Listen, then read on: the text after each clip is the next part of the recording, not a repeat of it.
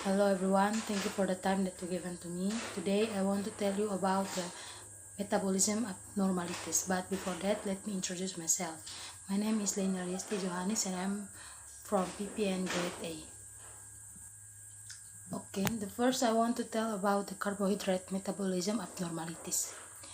Carbohydrate metabolism disorders are caused by the body's inability to perform carbohydrate metabolism. Factors that affect these are genetic disorder due to loss of enzymes needed to carbohydrate metabolism and other factors such as disease or clinical disorder. Baik, yang pertama saya akan menjelaskan tentang kelainan metabolisme karbohidrat. Gangguan metabolisme karbohidrat disebabkan karena tubuh tidak mampu menjalankan metabolisme karbohidrat. Faktor yang mempengaruhi hal ini yaitu kelainan genetik akibat hilangnya enzim yang diperlukan untuk metabolisme karbohidrat dan faktor lain seperti penyakit atau gangguan klinis. Okay, there are some clinical disorders of carbohydrate metabolism. The first is diabetes mellitus. Diabetes mellitus is a syndrome or a collection of symptoms due to an increase in blood glucose level due to both absolute and relative efficiency of the hormone insulin. Insulin hormone converts glucose into glucagon, converts glycogen into energy, and activates the glycogen enzyme in synthesis in glycogenesis. Lack of the hormone insulin can increase blood sugar, so someone can get diabetes mellitus, which causes decreased production of insulin work is lack of ability of the parents from birth and damage that occurs in the pancreas.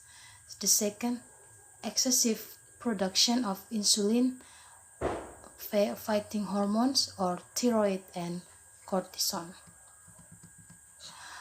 The types of diabetes, the first is type 1 diabetes, reduced glucose tolerance caused by reduced secretion of the hormone insulin due to progressive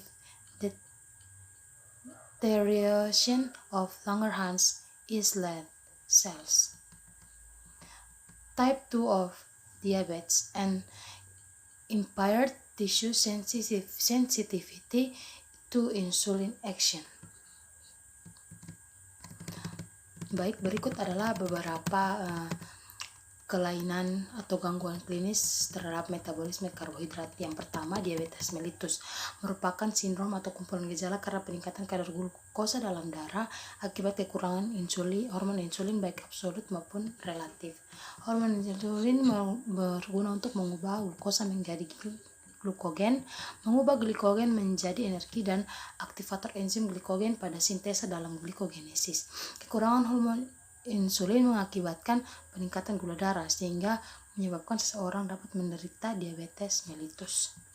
Penyebab penurunan produksi kerja insulin pada tubuh manusia, yang pertama kemampuan pankreas dari sejak lahir dan kerusakan pankreas, dan yang kedua produksi yang berlebihan hormon yang sifatnya melawan insulin seperti tiroid dan juga kortison.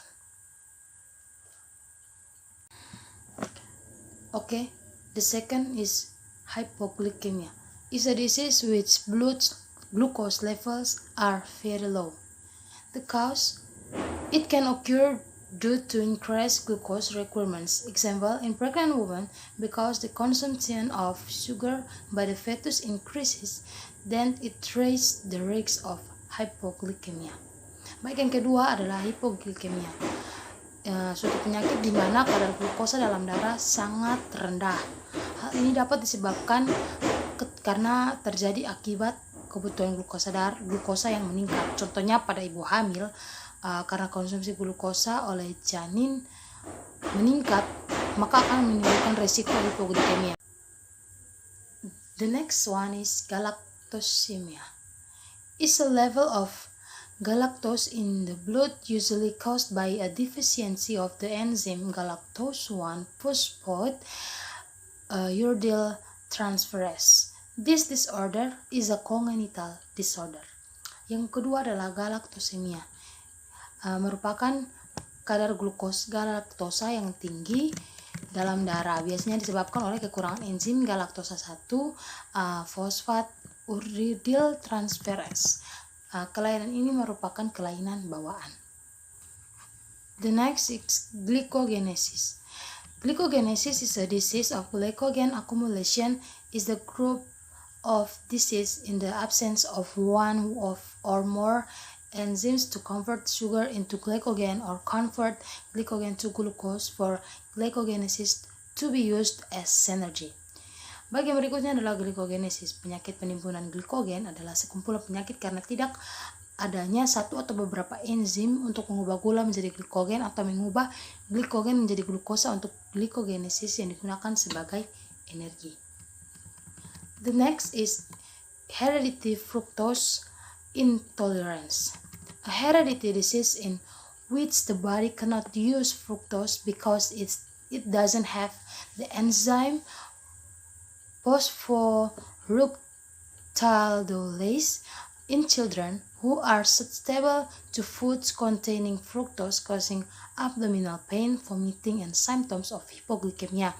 In the long term, hepatomegaly and liver failure can occur. Yang berikut adalah intoleransi fruktosa herediter. Suatu penyakit keturunan di mana tubuh tidak dapat menggunakan fruktosa karena tidak memiliki enzim fosfoructaldolase. Pada anak yang rentan makanan yang mengandung fruktosa menimbulkan nyeri, perut, muntah, dan gejala hipoglikemia. Dalam jangka panjang dapat terjadi hepatomegaly dan gagal hati. The next I want to tell about the pyruvate metabolism abnormalities.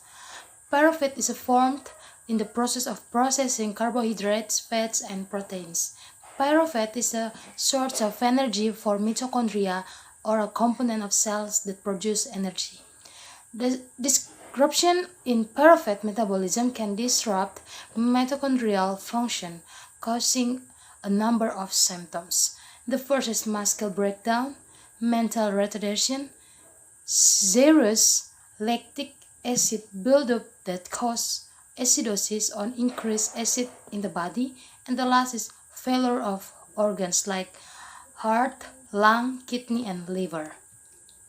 Baik, yang kedua saya akan menjelaskan tentang kelainan metabolisme pirufat. Pirufat terbentuk dalam proses pengolahan karbohidrat, lemak, dan juga protein. Pirufat merupakan energi untuk mitokondria atau komponen sel yang menghasilkan energi. Gangguan pada metabolisme pirufat dapat menyebabkan terganggunya fungsi mitokondria sehingga timbul berbagai gejala seperti kerusakan otot, keterbelakangan mental, kejang, dan juga penimbunan asam laktat yang menyebabkan asidosis atau peningkatan asam dalam tubuh, dan juga kegagalan fungsi organ seperti jantung, paru, ginjal, dan juga hati. Okay, the last I want to tell about the amino acids metabolism disorder. Amino acids are the building blocks of protein. Several metabolic disorder of amino acid. The first is phenylketonuria. Is a disease of one type of protein amino acid, phenylalanine, which cause growth disorders and mental retardation. Phenylketonuria is a disease in which the patient cannot metabolize phenylalanine properly because the body doesn't have an enzyme that oxidizes phenylalanine to tyrosine, and the damage to the brain can occur. The second is tyrosinosis. Is a rare condition due to defects in amino acid metabolism, and it's transmitted as an autosomal recessive trait.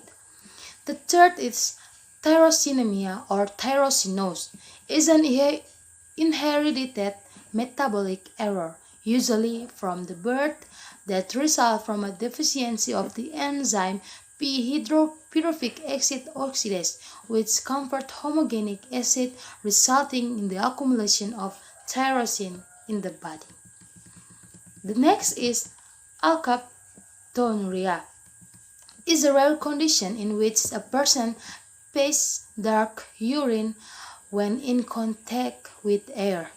The cause is damage to the HGD gene, The HGD gene functions as a controller to make an enzyme called homogentisate oxidase, which helps break down the amino acids phenylalanine and tyrosine, which are important building blocks of protein.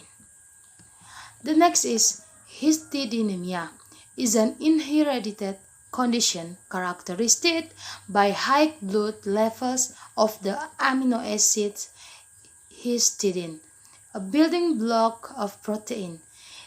Histidinemia is caused by a deficiency of enzymes that break down histidine.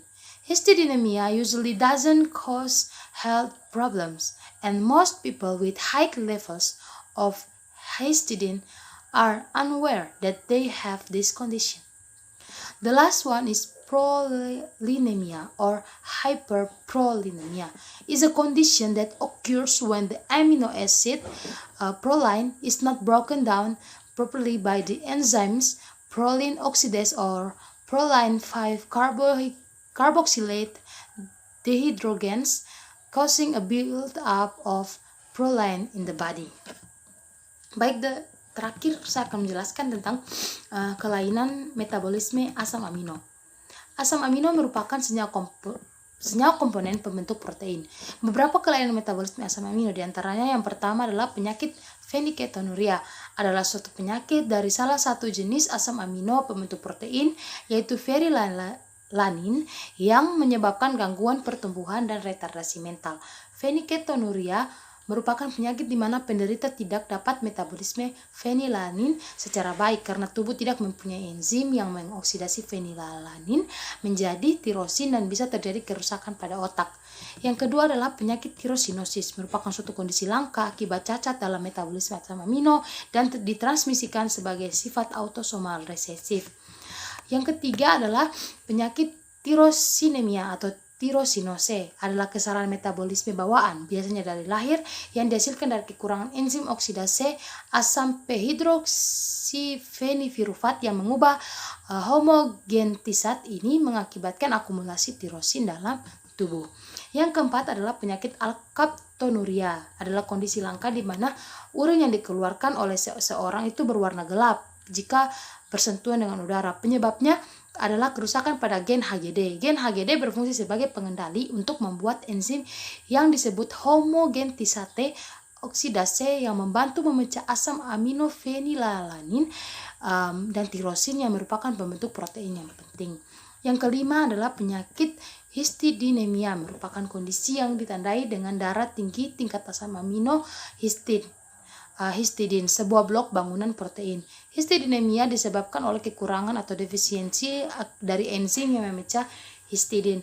Histidinemia biasanya tidak menyebabkan masalah kesehatan, namun dari kebanyakan orang dengan kadar tinggi histidin tidak menyadari bahwa mereka memiliki kondisi ini.